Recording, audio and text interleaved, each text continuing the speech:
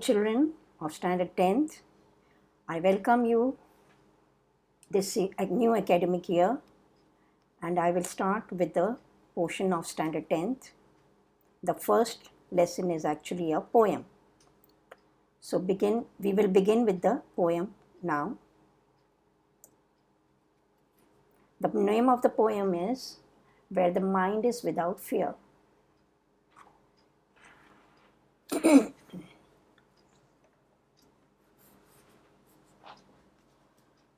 This poem is written by Rabindranath Tagore, who was the author of also Gitanjali. He is the poet as well as he is the one who had fought for the freedom fight. He also fought for the political freedom when India was under the British rule. This poem is from his Nobel Prize winning anthology Gitanjali. So let us begin the poem now, children. All eyes on the screen on the first page, page number 3. We'll begin the poem now, children. First of all, let me let you know about the background of this poem. This poem is written by Rabindranath Tagore in the form of a prayer. He is asking God to make his countrymen free. Let us see what are his points written over here. So I will recite the poem first. The whole poem will be recited by me. Later on, line by line, I will explain to you. Where the mind is without fear and the head is held high, where knowledge is free, where the world has not been broken up into fragments by narrow domestic walls, where words come out from the depth of truth, where tireless striving stretches its arms towards perfection, where the clear stream of reason has not lost its way into the dreary desert sand of dead rabbit,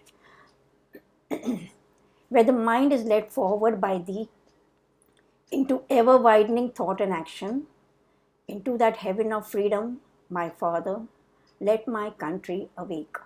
Written by Rabindranath Tagore. So here we can find that Rabindranath Tagore has written this poem in the form of a prayer. He is asking God to make his country free from the chains of slavery, the chains of political problems. So let us find out the meanings of the lines. The first line, where the mind is without fear and the head is held high, where knowledge is free. Over here, the poet begins by saying that the minds of his countrymen should be free from any fear and their heads should be held high in dignity. Let us see the second one. Where the world has not been broken up into fragments by narrow domestic walls. Fragments means into pieces. So here we can understand he is trying to tell he wants a country in which the knowledge should be free and everyone should be allowed to acquire knowledge, as knowledge and education alone will lead the people from darkness to light. Next one. Where words come out from the depth of truth, where tireless striving stretches its arms towards perfection. Over here, the poet wishes for a nation where people are not divided on the basis of caste, color, religion, gender in societies all over the world. He wants his people of the nation to be truthful and speak truth from the depth of their hearts. In such a country, the people would give their best and work hard, which would ultimately make them achieve their goal of perfection. where the clear stream of reason has not lost its way into the dreary desert sand of dead habit. It is the dream of the poet that he wants his countrymen to have the power of reason and not to give into age old superstitions, customs, beliefs, which are leading people into blind belief.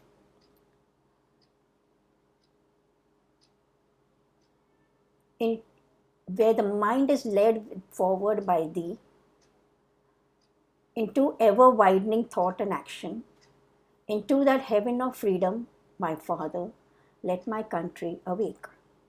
He prays to God to help his countrymen progress so that they become individuals who are logical, progressive, and have broad minded outlook.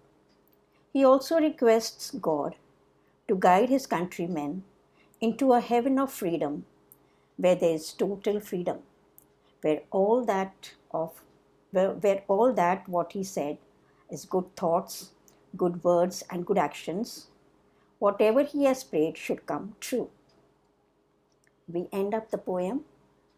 I hope children you have understood the poem because we have done it line by line. Now children, let us see the questions on the opposite page, second page. If you see the second page, you can see the questions over there in English workshop. If you see the first question, in your notebook, write down lines from the poem as a proof for the following. Over here, there are some lines given which are explained, right? And those lines are in the poem. Explanation is given over here. You have to show the proof from the poem. So let us start. Tagore wishes for a nation where people are truthful. So if you check in the poem, there is the word called truth over there. So that line gives the answer. So it is where words come out from the depth of truth. This is the first answer.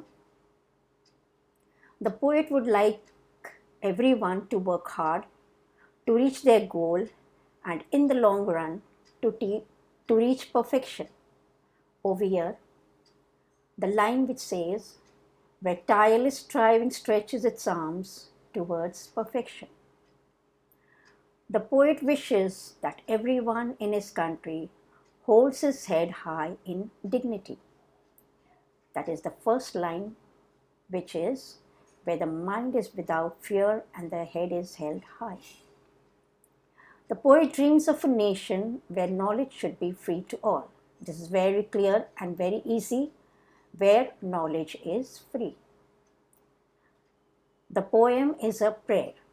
So here, which line tells me that it is in the form of a poem? Into that heaven of freedom, my Father, let my country awake.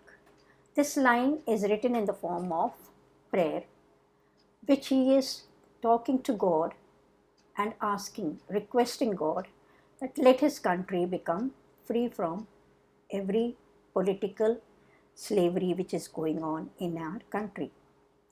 So children, I hope you have done the first question. Children, when we are doing the lessons, please keep textbook and the notebook as well as pen or pencil with you so that you can answer the questions automatically. Yes, children, now I would like to give you some assignments.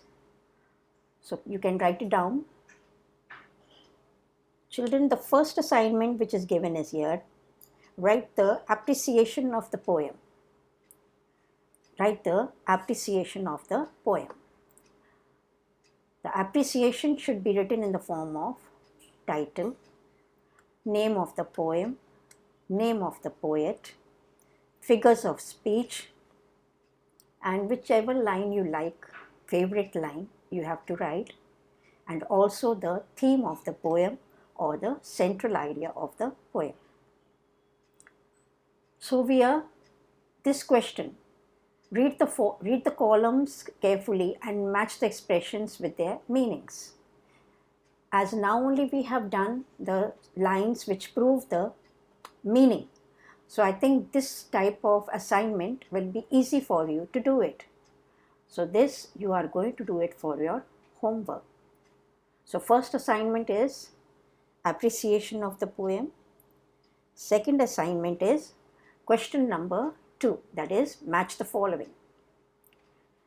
Third assignment is you have to find out from the poem